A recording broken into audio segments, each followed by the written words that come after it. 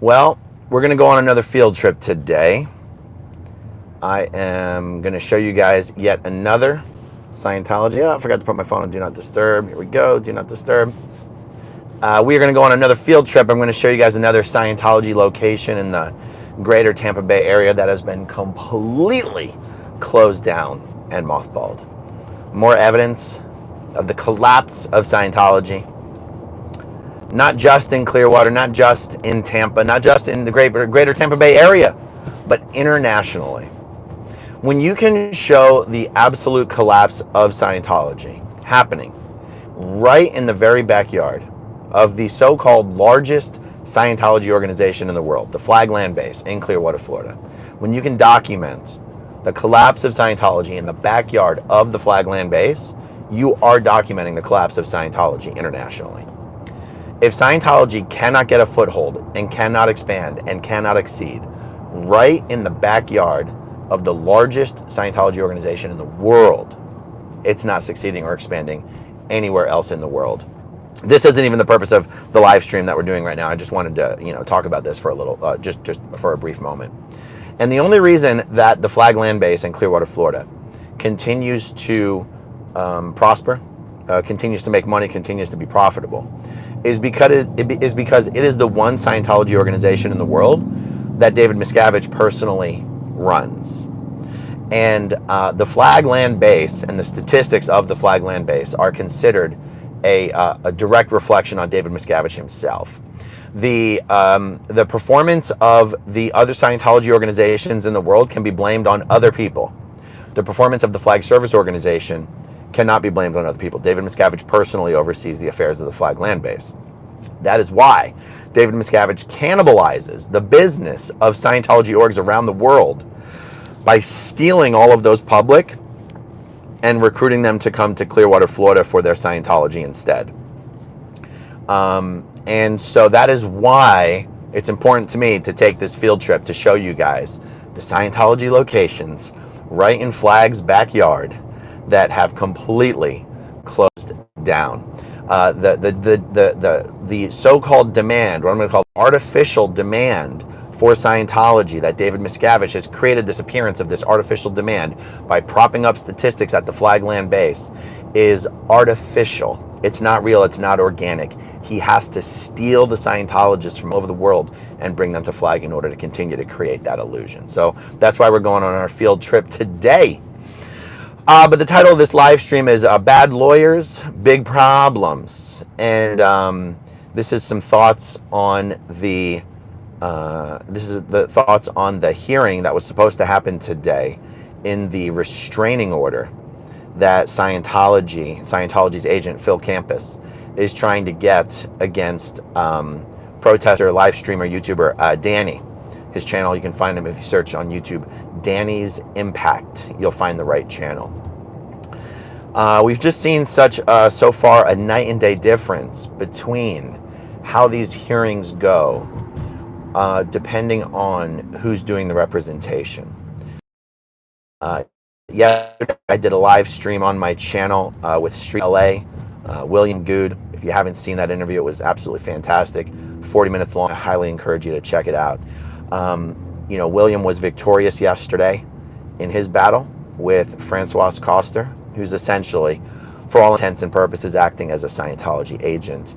And William's attorney, I forget her name, but he mentions her in our interview. William's attorney is just top notch. She knows exactly what she's doing, and she does it really, really well. I got to tell you, any attorney who's representing these protesters, live streamers, so far it hasn't even been former Scientologists. It's been protesters, live streamers who are out there getting it done, who've never been in Scientology. If you have an attorney that's telling you you need to cave to the threats and the pressure of Scientology and their attorney Kendrick Moxon and the ridiculous claims that Scientologists like Phil Campus and Sea Org members, like there's the security guard, I'm going to forget his name. These guys will lie about anything. These guys will put anything in a declaration. These guys will lie under oath. Don't fall for it. Don't cave to the pressure. So anyway, it turns out I did a live stream earlier today, and I did a live stream earlier today, and the live chat was burning up with some developments from Danny's hearing, because word was starting to leak that Danny's attorney was pressuring him to take a deal with Scientology that would have required him to basically accept Scientologist who's just being used as an agent of Scientology to create to get permanent restraining orders on protesters. Now, I promise you, if Danny were to ever agree to such a deal, Scientology would make sure that that Scientologist was present and publicly visible on L. Ron Hubbard Way. I don't know if I froze there for a bit. So, Phil Campus is not, I don't know what you guys heard and what you guys didn't hear, but, Phil Campus is an agent of Scientology. The fact that Danny's lawyer was encouraging to take a deal and saying, oh no, Kendrick Moxon is going to try to argue conspiracy, and he's going to try to argue that you're part of a gang and you're part of the Squirrel Squad and da-da-da-da-da. Do you know who wasn't crying and making excuses and complaints like that? Streets' lawyer. You cannot move forward. You cannot win these things with an attorney who's not trying to win them or doesn't think that they can be won. And I've been asking around. I've spoken to a few people today about what's going on with this representation, what's going on with this legal strategy, and from what I can gather, it seems like the attorney that was present today was not actually, and I can't swear to this, guys, I'm just telling you what I've heard through the grapevine, was not actually the attorney who was supposed to be representing Danny. The principal attorney at this law firm was the one who was supposed to be representing Danny. And yeah, so when it comes, I've seen some questions. Does Danny need a new attorney? Well, if he continues to be represented by an attorney who thinks that, fighting this fight against Scientology is just too hard and it's just too high of a hill to climb, if that continues to be the case, then, in my opinion, Danny would need a new attorney.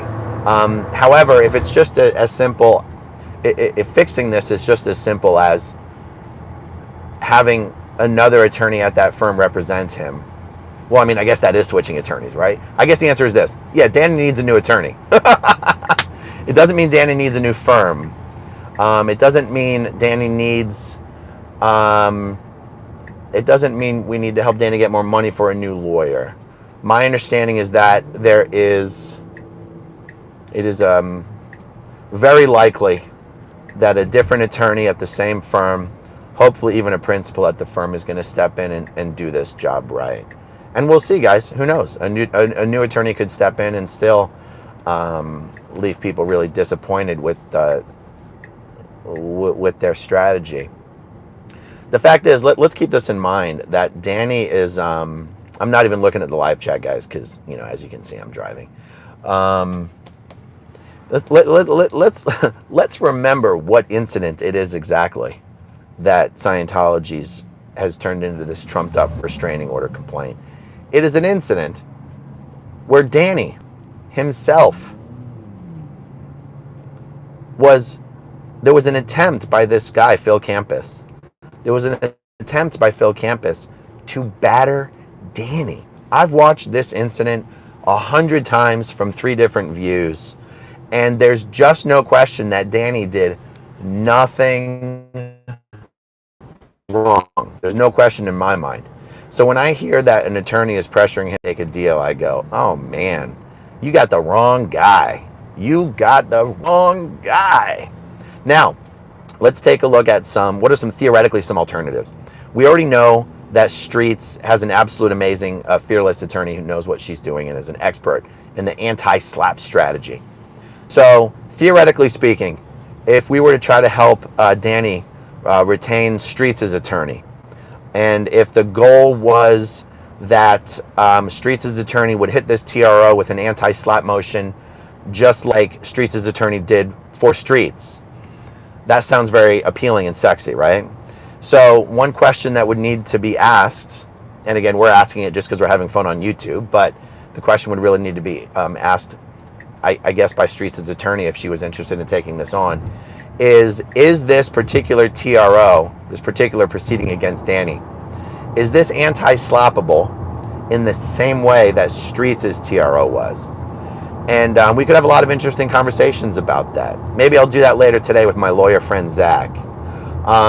In Streets' case, the person requesting the TRO was Francoise Coster, the owner of La Poubelle. And in her case, she was making a bunch of claims that she provided no evidence for. And she was essentially complaining that Streets' protesting activity was essentially threatening to her. That was very anti-slappable, and it got anti-slapped. I think we're inventing new words, guys. Anti-slappable. I don't know. Did I make that word up? Is it real? In Danny's case, there's no question that Danny was in the process of protesting Scientology when Phil Campus, Scientology agent, approached or appeared on the scene. Oh, no right turn. Okay, I'm gonna... there's just no question about that. However, Phil Campus isn't making the argument that Danny's protesting itself was the problem. And take everything I say with a grain of salt, guys. I haven't read every filing in this, every word of every filing in this. We're having fun on YouTube, right? But to the best of my knowledge, Phil Campus isn't making the argument that Danny's protesting is a danger to him. He's sort of making an argument that a series of incidences with Danny, albeit perhaps while Danny was in the course of protesting, has made him feel threatened, intimidated, harassed, unsafe, all these sort of things. Now, I realize there's a nuance here, right? Because Danny, is he complaining about Danny's protesting activity, or is he complaining about non-protected activity that Danny targeted him with while perhaps in the midst of protesting? And this is where it gets into anti-SLAPP territory. It does get into anti-SLAPP territory. But you have another problem. Potentially a complication in trying to get Streets' lawyer involved in this is that, you have a benefit and a pro and a con. Here's the pro. She's an expert in anti-SLAPP, and if it's winnable, she's going to win it. And if you win anti-SLAPP, the other side has to pay your lawyer's fees. That's the pro. Now, in Streets' case, when Francoise Coster was the one that he was anti-slapping, Francoise is someone who has a lot of assets. And when you win the anti-SLAPP against Francoise and you go to recover legal costs, there's a high likelihood to believe you're going to be able to recover those legal costs. When you're dealing with Phil Campus, a Scientology stooge, Scientology agent, Phil Campus is just a low-level Scientology public. He's not a Sea Org member to the best of my knowledge. In fact, I've been contacted by some people who believe this is the same Phil Campus who used to be on staff in, was it the Cincinnati org? Was it the Cincinnati org? Is there a Cleveland org? I don't think there is a Cleveland org. Someone contacted me and said they were on staff with Phil Campus. They believe it's the same Phil Campus. He was the course supervisor at, for right now, I'm just going to say the Cincinnati org. Guys, if this guy's been in if it's the same Phil Campus and this guy was a staff member and he's been in Scientology this whole time and now he's in LA and he's doing his OT levels, I got to tell you, this guy's not only broke, he's deeply in debt. I would swear that on a hand on a Dianetics book, you guys. This guy's not only broke, he probably owes hundreds of thousands of dollars.